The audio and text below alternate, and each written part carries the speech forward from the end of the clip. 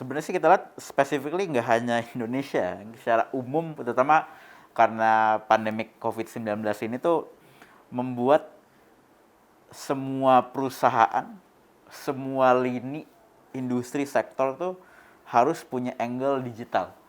Karena memang pandemi itu memberikan salah satu dampak yang paling besar adalah memberikan kesadaran yang secara masif ke semua pemangku kepentingan kalau semua hal harus segera digitalkan.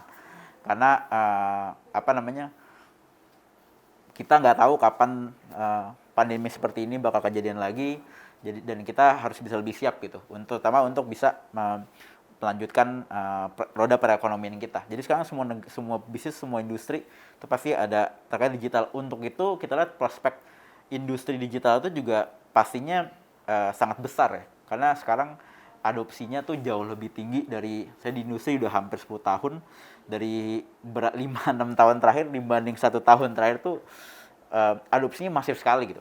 Dan yang paling menarik adalah Indonesia pastinya dari segi kesempatan dan opportunity dibanding negara-negara tetangga, terutama Asia Tenggara, kita nomor satu.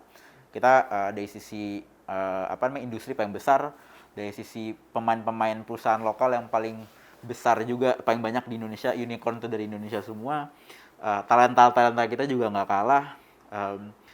Jadi kita lihat dan akhirnya itu memberikan secara atraksi dan juga atraktiveness kepada investor-investor luar untuk masuk ke Indonesia. Jadi kita lihat juga the total funding naik terus, jumlah perusahaan naik terus, talenta juga kualitasnya semakin baik, ditambah juga dengan adanya katalis adopsi teknologi dari seluruh pemangku kepentingan itu juga sangat tinggi ya.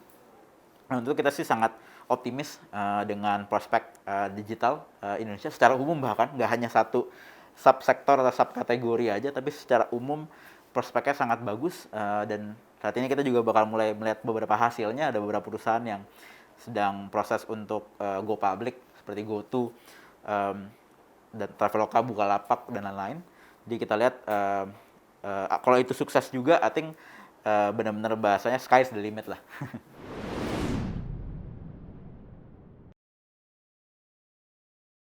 Kita lihat memang Omnibus Law secara umum ya untuk industri pasti angin segar, termasuk juga untuk startup ya. Terutama kalau startup itu memang kita melihat banyak industri-industri atau bisnis model baru ya, yang mungkin dengan yang bisa dibilang dari regulasi atau peraturan sebelumnya tuh belum bisa dipenuhi. Misalnya contoh sekarang kan yang cukup ramai berapa berapa tahun terakhir itu namanya gig economy atau di so-called new economy ya. Jadi kayak misalnya dari sisi misalnya Gojek gitu. Gojek dengan mitranya kan itu mereka bukan pekerja. Mereka tuh kemitraan. Atau misalnya dari sisi contoh si GoFood misalnya itu dengan yang yang menjual makanan itu juga kemitraan, right? Atau misalnya seperti kayak Traveloka yang punya, atau kalau di luar namanya Airbnb, mereka punya rumah, punya tempat tinggal, di listingin di sana itu tapi itu aset bukan punya Airbnb atau punya yang lain, itu juga jatuhnya kemitraan. Jadi kita lihat Omnibus Law ini memberikan angin segar, terutama kejelasan lah ya. Mungkin ada positif negatifnya pastinya, tapi seenggaknya memberikan kejelasan untuk para stakeholder tersebut yang baru bermunculan dengan adanya bisnis model baru itu tersebut, akhirnya bisa lebih jelas gitu apa role dan responsibility-nya. Jadinya akhirnya memberikan ruang yang cukup besar untuk mereka bisa tumbuh ke depannya. Karena memang tantangannya yang dilihat industri ini tuh dan para di so-called gig economy worker itu tuh makin banyak gitu. Jadi kayak misalnya dari sisi Gojek mereka punya jutaan driver, dari sisi kayak Traveloka, Airbnb mereka punya puluhan ribu hampir ratusan ribu listrik. Jadi mereka benar-benar rely atau bersandar pemasukannya dari pekerjaan tersebut ya. Di mana Omnibus Law ini terutama terkait UU Ketenagakerjaan itu memberikan angin segar, terutama kejelasan lah. At least seenggaknya kejelasan tentang role dan responsibility-nya mereka gitu. Akhirnya mereka bisa lebih untuk kedepannya mereka punya path yang lebih clear dibanding sebelumnya, sebelum ada UU Omnibus Law sendiri. Jadi kita lihat memang dari sisi semua industri, saya sih lihat Omnibus Law dampaknya sangat besar sekali untuk ekonomi Indonesia, baik pro kontranya. Tapi memang kalau spesifik dari sisi startup atau perusahaan digital, terutama untuk perusahaan-perusahaan dengan bisnis model tersebut, itu yang kita lihat mungkin paling dapat angin segar ya. Jadi setengahnya dari sisi kejelasan bagaimana mereka bisa gameplay atau how to play-nya ke depan gitu.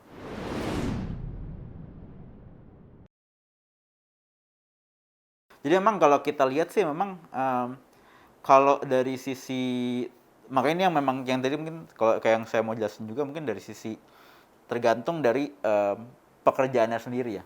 Jadi memang kalau pekerjaan yang bisa dibilang non so far yang kita lihat di market itu yang non technical dalam tanda kutip, yang mungkin gak related dengan engineering yang lain-lain, itu so far supply kita cukup, supply dan kualitas yang kita punya itu cukup baik.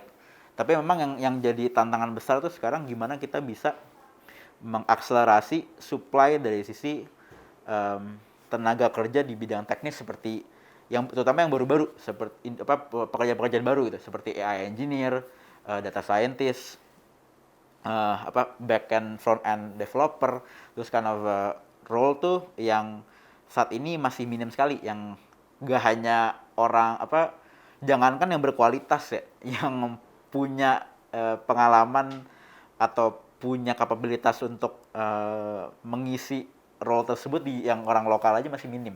Makanya beberapa perusahaan, even perusahaan Indonesia, sayangnya harus mengambil langkah cepat dengan mereka, even sebelum Omnibus Law, itu mereka udah mendiversify workers mereka, nggak hanya di Indonesia, tapi di negara luar juga, untuk bisa catch up dengan kebutuhannya mereka. Nah memang kita lihat ini jadi tadi approach-nya tantangan sendiri. Jadi kalau ngobrol sama semua perusahaan, nggak hanya di Indonesia, tapi perusahaan luar yang punya presence di Indonesia, mereka maunya punya engineer tuh dari Indo. Tapi memang sayangnya belum, supply-nya nggak ada gitu. Jadi jangan yang ngomongin berkualitas, supply dari sisi jumlah aja kita masih minim. Jadi itu kita lihat satu sisi memang pasti tantangannya dari sisi industri, tapi satu sisi buat pekerja itu juga opportunity. Jadi kalau kita bisa really capture the benefit, terutama dari sisi pemerintah ya, untuk kita mempersiapkan talenta-talenta masa depan kita, itu lapangan pekerjaan bakal terbuka, terutama melihat tadi seperti saya mention di poin pertama, industri itu tumbuh pesat. Karena industri tumbuh pesat, perusahaan itu bakal tumbuh pesat. Jadi kalau di perusahaan industri lain mungkin mereka cuma tumbuh single digit.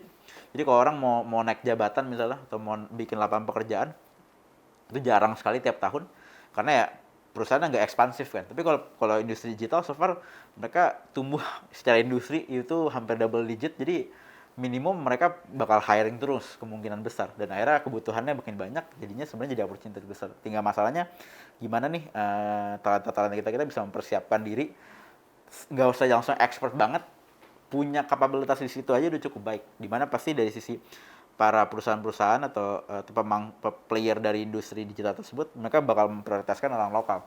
Cuma hanya memang saat ini sayangnya jadi jumlah supply itu belum mencukupi sih. Itu yang jadi tantangan sekaligus opportunity atau kesempatannya kita ya.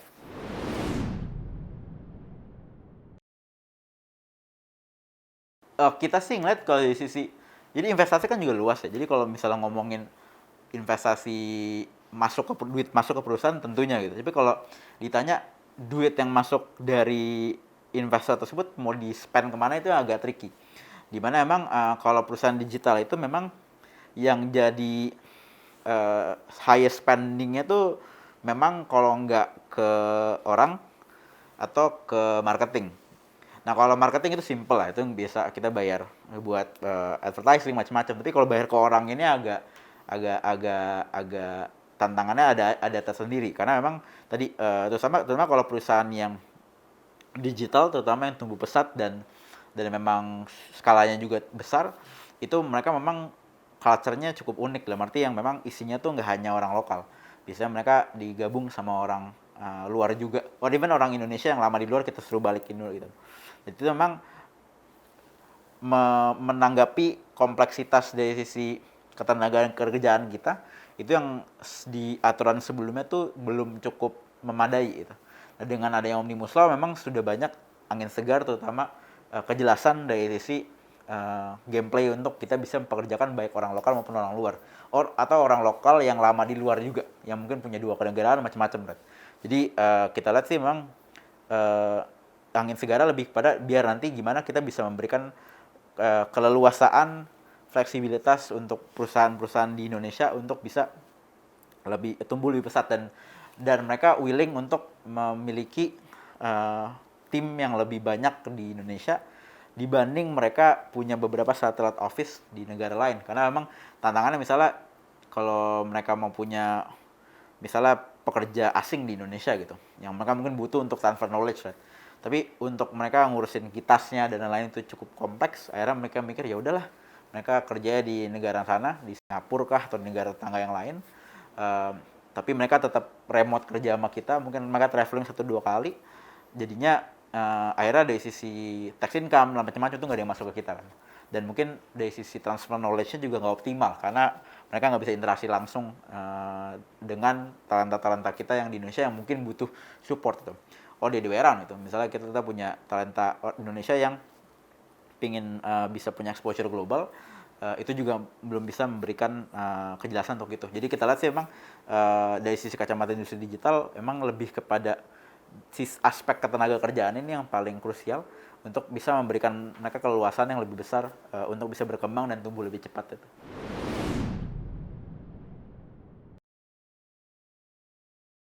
Pastinya. Jadi kita sih melihat Omnibus Law ini secara umum untuk industri ya, itu sangat positif. Pasti ada pro dan kontranya, namanya juga kebijakan. Tapi kalau dari spesifik dari sisi kacamata perusahaan rintisan itu sangat baik, terutama tadi dari sisi ketenaga kerjaannya, kejelasan ketenaga kerjaan baik tenaga kerja lokal maupun asing, untuk mereka bisa memberikan keluasan yang lebih banyak agar bisa tumbuh lebih cepat lagi sih perusahaan tersebut.